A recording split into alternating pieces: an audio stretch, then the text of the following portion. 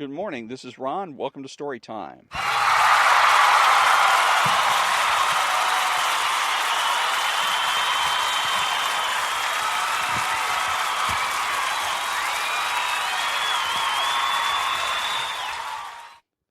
Yes, and it is indeed the 6th of August, and it is Sunday. And I am on location near actually right near another Lovebirds Cafe and Bakery that is on Raymond Avenue, but I'm also right near the Gold Line station here in Pasadena. And I've been reading from the 48 Laws of Power by Robert Greene and Joost Elfers. And today I'm reading Law 31, Control the Options, Get Others to Play with the Cards You Deal. The best deceptions are the ones that seem to give the other person a choice.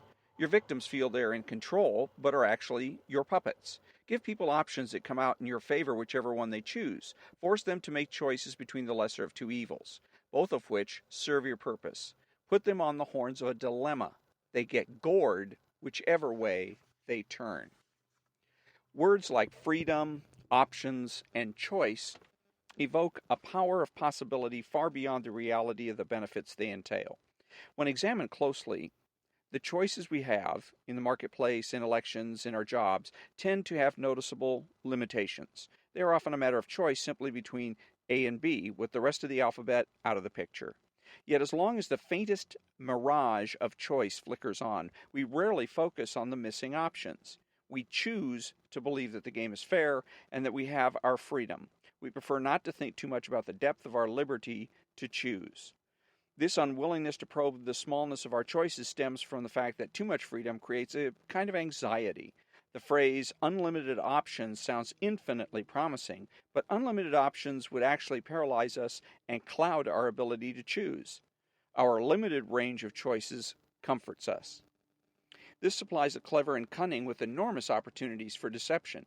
For people who are choosing between alternatives, find it hard to believe that they are being manipulated or deceived. They cannot see that you are allowing them a small amount of free will in exchange for a much more powerful imposition of your own will.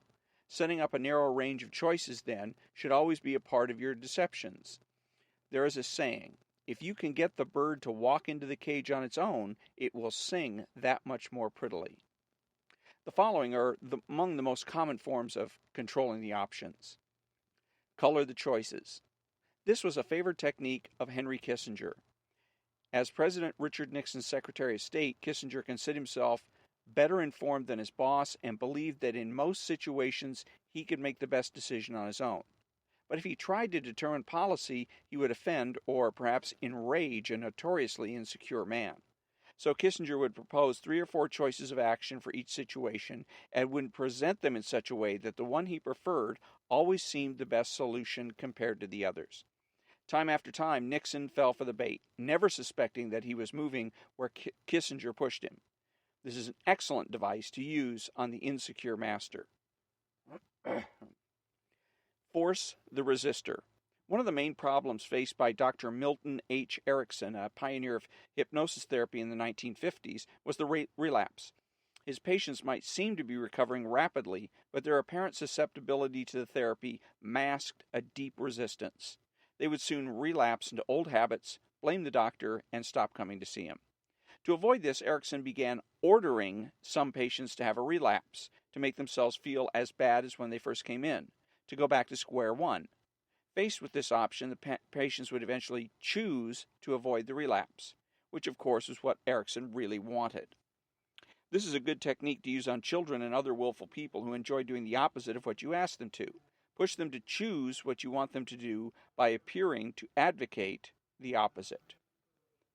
Alter the playing field. In the 1860s, John D. Rockefeller set out to create an oil monopoly. If he tried to buy up the smaller oil companies, they would figure out what he was doing and fight back. Instead, he began secretly buying up the railway companies that transported the oil. When he then attempted to take over a particular company and met with resistance, he reminded them of their dependence on the rails. Refusing them shipping or simply raising their fees could ruin their business. Rockefeller altered the playing field so that the only options the small oil producers had were the ones he gave them. In this tactic, your opponents know their hand is being forced, but it doesn't matter. The technique is effective against those who resist at all costs. The shrinking options. The late 19th century art dealer Ambrose Vollard perfected this technique. Customers would come to Vollard's shop to see some Cézannes. He would show 3 paintings, neglect to mention a price, and pretend to doze off.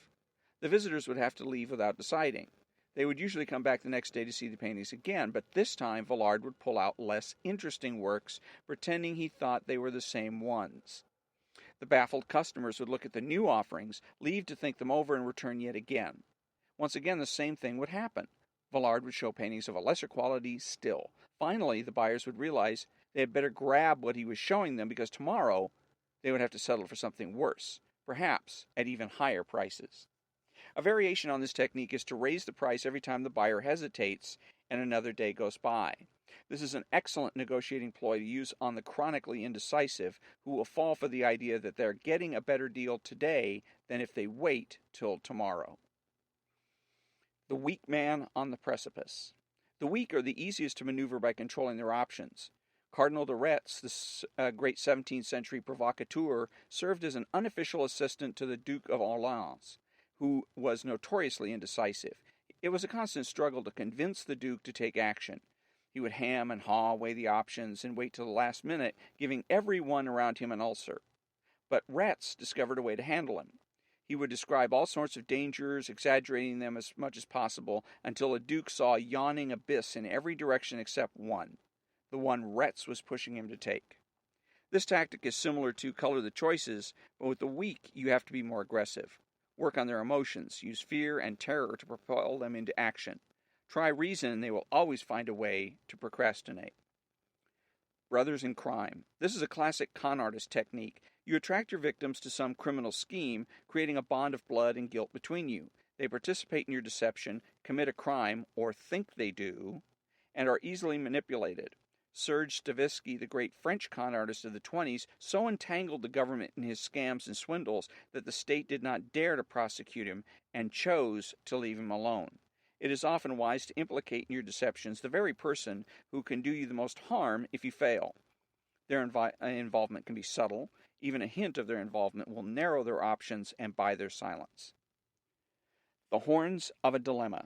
This idea was demonstrated by General William Sherman's famous march through Georgia during the American Civil War. Though the Confederates knew what direction Sherman was heading in, they never knew if he would attack from the left or the right, for he divided his army into 2 wings, and if the rebels retreated from one wing, they found themselves facing the other. This is a classic trial lawyer's technique. The lawyer leads the witnesses to decide between 2 possible explanations of an event, both of which poke a hole in their story.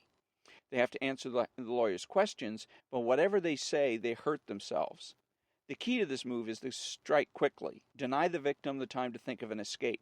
As they wriggle between the horns of a dilemma, they dig their own grave. Understand, in your struggles with your rivals, it will often be necessary for you to hurt them, and if you are clearly the agent of their punishment, expect a counterattack. Expect revenge. If, however, they seem to themselves to be the agents of their own misfortune, they will submit quietly. When Ivan left Moscow for his rural village, the citizens asking him to return agreed to his demand for absolute power. Over the years to come, they resented him less for the terror he unleashed on the country, because, after all, they had granted him his power themselves. This is why it is always good to allow your victims to choose their poison, and to cloak your involvement in providing it to them as far as possible. Reversal. Controlling the options has one main purpose: to disguise yourself as the agent of power and punishment. The tactic works best, then, for those whose power is fragile and who cannot operate too openly without incurring suspicion, resentment, and anger. Even as a general rule, however, it is rarely wise to be seen as exerting power directly and forcefully, no matter how secure or strong you are. It is usually more elegant and more effective to give the people the illusion of choice. On the other hand, by limiting other people's options, you sometimes limit your own. There are situations in which it is to your advantage to allow your rivals a large degree of freedom.